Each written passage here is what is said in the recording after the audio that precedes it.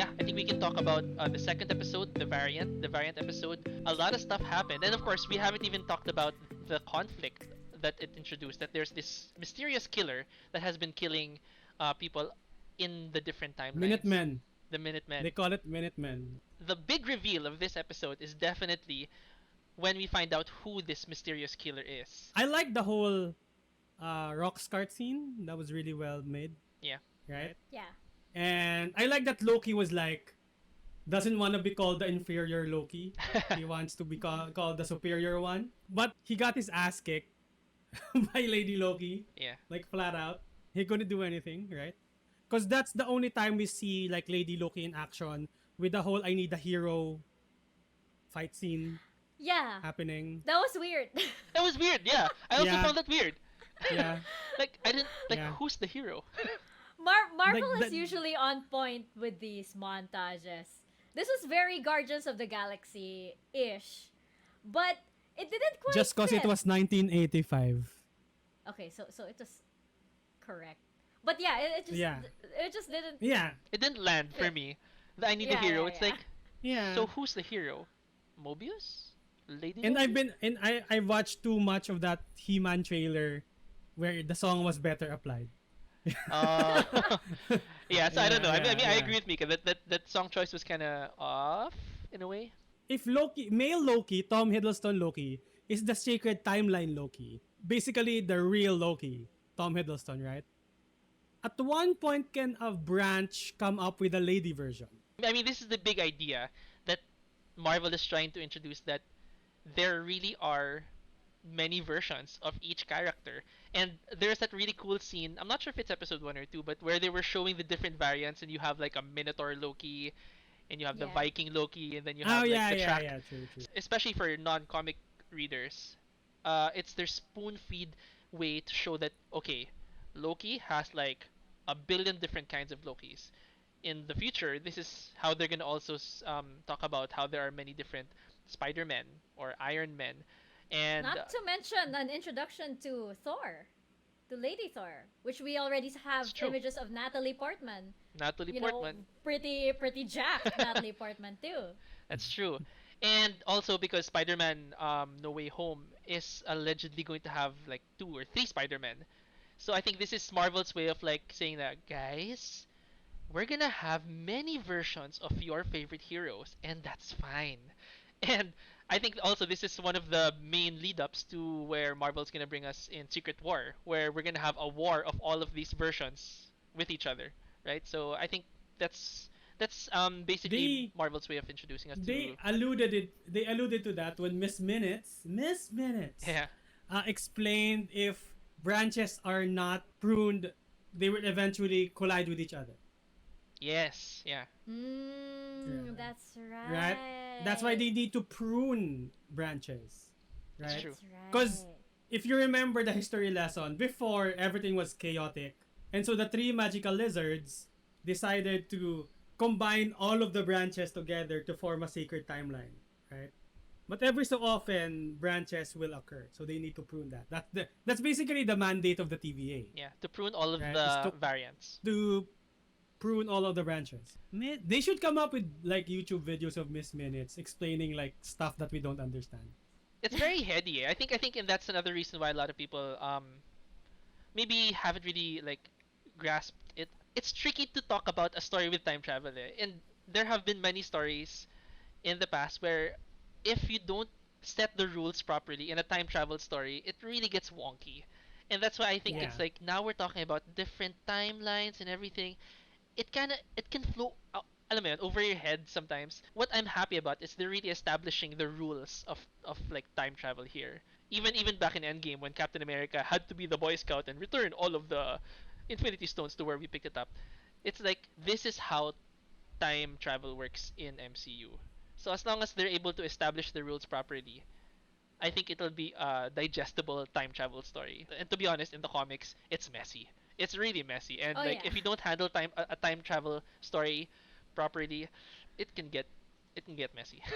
Episode Yeah. 3 is when we really start, seeing how things manifest. We get a lot of juicy stuff. Actually, for me, I really enjoyed episode 3, and I feel that this is when the show's starting to pick up in an MCU kind of way. What do you guys think? What do you guys think about episode 3? I loved episode 3. I loved Yeah, episode I 3 love it. so much. Because at first I was like, okay, so how are they gonna do Lady Loki? Knowing that Tom Hiddleston, like, did so much for the role, and he is Loki. Suddenly you have a Lady Loki. So I was like, okay, let's see how this pans out. But I really, really like her because she has that same sort of mischievous thing, but she's more like no nonsense about it. Like the moment this plan fails, she's done. She's like done with everything. And that's why you want to get to know her so much, because it's like, what is this that's driving you, that's motivating you? She's not motivated by glorious purpose because her actions are totally different. And I love the very ending scene of episode 3 when the rocket explodes and they know that they're not getting out of that planet, and she just basically walks away. She's just like, oh my god, She fuck walks me. out. She is just Yeah, basically fuck this. fuck this. That's the ultimate, fuck my life I like moment. that Loki was like standing, like in disbelief, and she's like, "Fuck it, we're done." Yeah. I'm done. See, she's And then so just ready walks. to give up, and she was basically everybody in 2020. That reaction actually made me like her a lot, a lot. Just thinking about how well loved Loki is, it's a tall order to like sort of Yeah. like be that character also, and also be like charming and like coming up with their own take. And I think she did a good job. Especially in that scene where they go into the train, and then it's like that Snowpiercer a la Snowpiercer scene where they're riding, and then I actually really started to like her character then, because that's when we find out like who she was. Loki was actually even more spoiled than she was. Loki had a father, no, had a mother to teach him magic, and this one didn't. So she's a little edgier.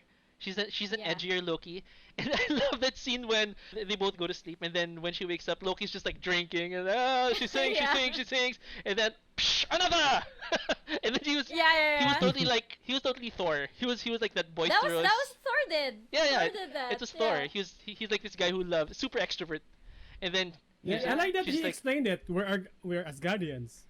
That's what we do. Yeah. That's when I was That's like, what we oh, do. okay, she's this kind of Loki. Like straight focused. Let's do the mission. Assassin type Loki. Which begs like the curiosity, because they're both Loki. They're both Loki in all intents and purposes. What kind of life did she lead that she was like that in comparison to what our Loki is? That's something that I wish I could do. Like, if I could talk to myself that made slightly different choices, how would I be? That's exactly what Loki gets to do in a train, and that's what makes it, so interesting. So I love that scene because you actually get to also understand what exactly the different branches mean in the multiverse. So it's not Yeah. like at what point did these two Lokis diverge? Obviously, it was somewhere within the X and Y chromosome, but it was also in their circumstances. So this one grew up without a lot of, parental supervision. This one grew up in a castle and a prince and had brothers and everything that she did not. You get to understand why exactly they're different, but why they're also the same person in that conversation. But at the same Yeah. time, I like how the episode showed how very alike they were. Like, I don't know if you noticed, but in the fight scenes, they made the exact same moves without it being flashy na choreographed in a way that, okay, and 1 and 2 and kick and 4. It wasn't like that. It was just very subtle that they were just doing the same moves and you didn't need to focus on it. You just had to know that they had the same instinct. Actually, that fight scene was really cool. The fight scene where they were in the rocket and then they were fighting synchronized. There was that one long shot without cutting, and then they were just Mm. fighting random people and dodging stuff while the world was ending in Lamentis.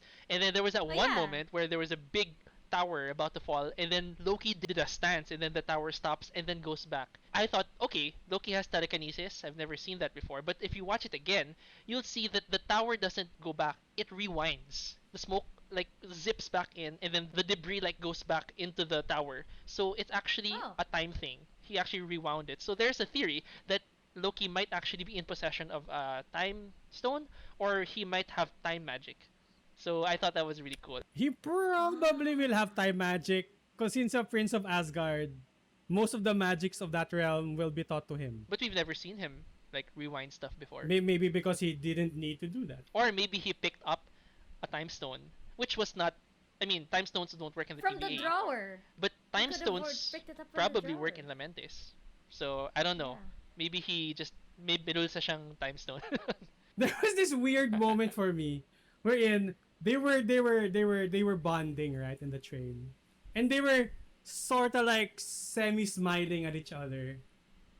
When Lady Loki asked like, "Do you have any princesses, or maybe A princess prince. or prince?" And Loki actually answered, "Maybe a little bit of both." In my mind, if there's someone who will fall in love with himself Ha? and will try to make a love team with it, it would be Loki. And this would have been the perfect chance to prove that point. Oh my gosh. When he'll fall in love with himself, but of course it's legit now because she's a girl. Because there was a moment in time they were drinking champagne, right? And I'm like, is this a self date? There was sexual tension there. Eh. Even I Yeah, don't know if there it was was. intentional. And I would feel I'm weird gonna- about it too, but there was. I'm I gonna mean, make a joke. Is that technically master dating? I don't Is know, that but you're right. technically master dating? If there was a If person who would fall anyone in would love with feel himself, natural in that situation, it would be Loki. the most narcissistic Narcissistic, person yeah. in No, but in it's the not MCU. you. Well, it's you in a way, but it's not you. For me, I like the actress portraying Sophia Di Sylvie. Martino. Of course, this is just the tip of the iceberg. I think the rest of the episodes will really talk about her story Mhm. and why she wants to kill off the three magical lizards. I do like the little teaser that they left at the end of episode 3 that the agents in the TVA apparently have not been working their whole life at the TVA, and sometime, we're not sure when, but sometime in the past they were human or Yeah. possibly other races or species or something, but that they did have a life. So it yes, it begs the question that, are the lizards lying? What is the TVA? How did they come into the TVA? Are they held there against their will? Because it seems like the memories of this girl who was sipping margaritas with Lady Loki, those memories seem to have been very, very far down. Are they gonna pull another Scarlet Witch here? Kind of, yeah. The Time Lizard is Is actually it- Scarlet Witch. And It's she the had one- she made a Actually- different bubble. Actually, there's another Easter egg which I don't know if it's an Easter egg or not. You see the huge statues of the Time Lords, right?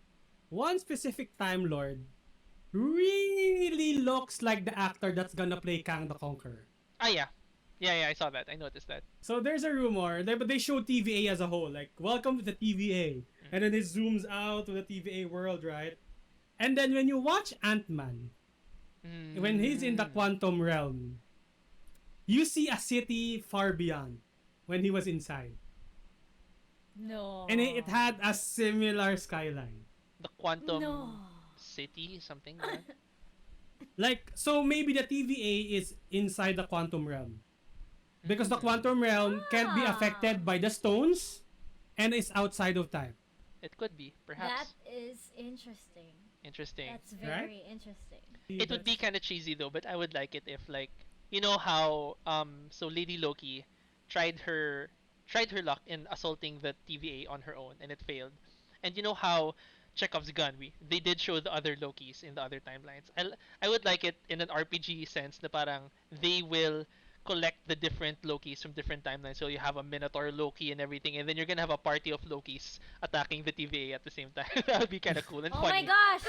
And then it becomes Doctor Who, because there is a scene exactly like that in Doctor Who. Oh, yeah, well, where there you go.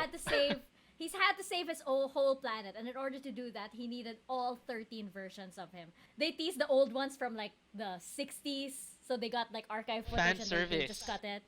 And yeah, it was a huge fan service moment. And then, of course, they got the newer ones like Eccleston and David Tennant and then Matt Smith. And then they teased the upcoming one. And everybody was like, "Wow, it's him!" So it could be something like that. You can If have it is a- very BBC-like, then yeah. We can have a Mass Effect army of Lokis, and then you're gonna have Chalamet as the new Loki. As the new Loki. What I'm sure of is I think there's gonna be a scene where Mobius will ride his jet ski. He deserves Yeah. Yeah, yeah.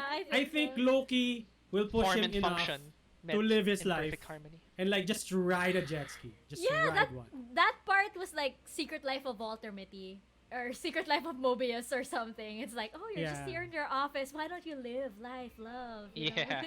Yeah, lots and lots of mysteries, and of course, we just love watching Tom Hiddleston. We love watching anything Marvel, and we know that it's all tied into the grand scheme of the real timekeepers in MCU who are just pulling the strings and deciding the main timeline, the sacred timeline, which is basically the MCU.